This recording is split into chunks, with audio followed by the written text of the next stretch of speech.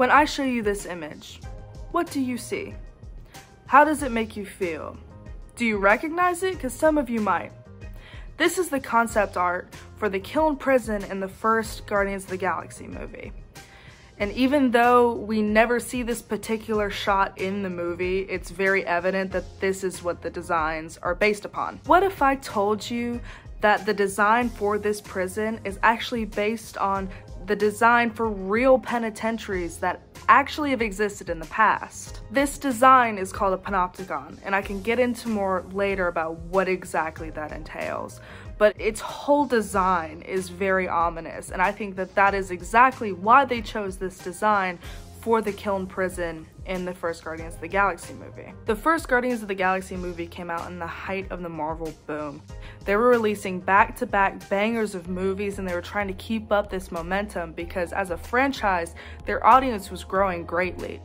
Also, with this being one of the first adaptations of this movie, especially in this new modern age, the fans of the original comic were greatly anticipating its release. Gunn and his team likely needed something inherently dystopian for this particular scene in the movie, and the Panopticon fits the bill because it was originally planned for penitentiaries. Its original design, according to the works of Jeremy Bentham, consists of a circular building with a central watchtower surrounded by spotlights. Cells line the circumference, and then there's a space in the center.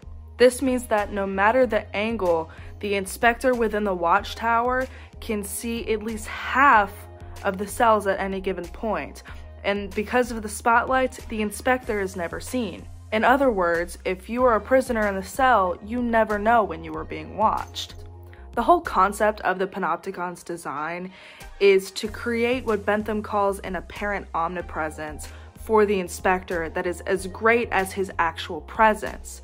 This systematically internalizes the behavioral goals of the inspector into those being inspected.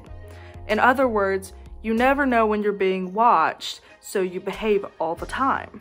The important difference here between this design and the original designs by Jeremy Bentham is that prisoners are never supposed to witness other prisoners. You're not supposed to speak to them, hear them, see them, and great lengths are taken in Bentham's original design to make sure that this doesn't happen. As you can see here, the Kyln prison uses the space in between the watchtower and the cells as kind of like a rec center and mess hall for the inmates, which kind of defeats the whole purpose of the Panopticon, but it still looks incredibly ominous, and it played into the plot within the movie, so I can't really blame them. But the original Panopticon designs were like solitary confinement on steroids, bordering torture. Director James Gunn took the Panopticon and turned it into the dystopian, alien, super tech prison that it is.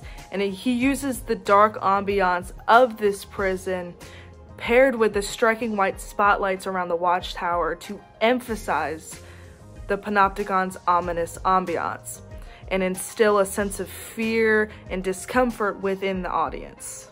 This is also paired with the flying surveillance drones that you can see in the image that hammer down the theme of constant unnerving surveillance that Bentham talks about within his design.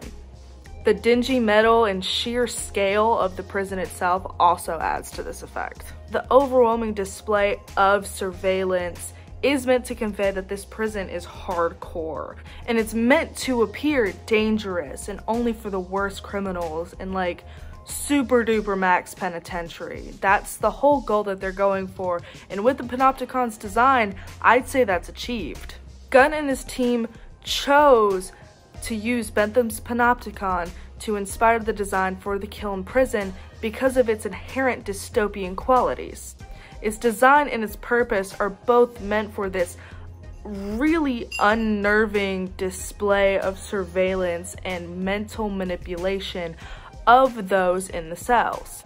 Everybody's being watched at all times except for the guy in the center of the room. They chose this because it conveys the sense of doom and dread to the audience that then elevates the movie by highlighting the heroicism of the character's eventual escape.